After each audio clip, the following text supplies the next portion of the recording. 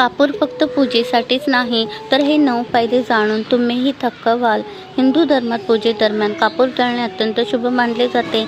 याशिवाय आरती पूर्ण होत नाही. कापूर जाळल्यानंतर त्याची राख मागे उरत नाही. हे आपल्या मनातील वाईट विचार जळून नष्ट होण्याचे आणि पूर्णतः पवित्र होण्याचे प्रतीक आहे.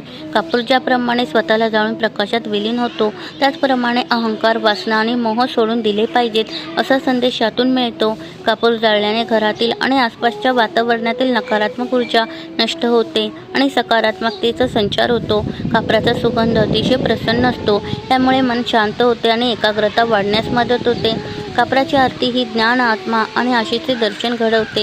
हे भक्ती आणि प्रेमाचे प्रतीक मानले जाते.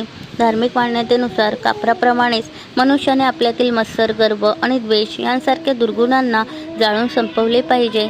विज्ञानानुसार कापूर जाळल्याने हवेतील हानिकारक जीवाणू नष्ट होतात आणि वातावरण शुद्ध होते. घरात दररोज सकाळी आणि संध्याकाळी कापूर जाळल्याने वातावरण प्रसन्न राहते. धन्यवाद.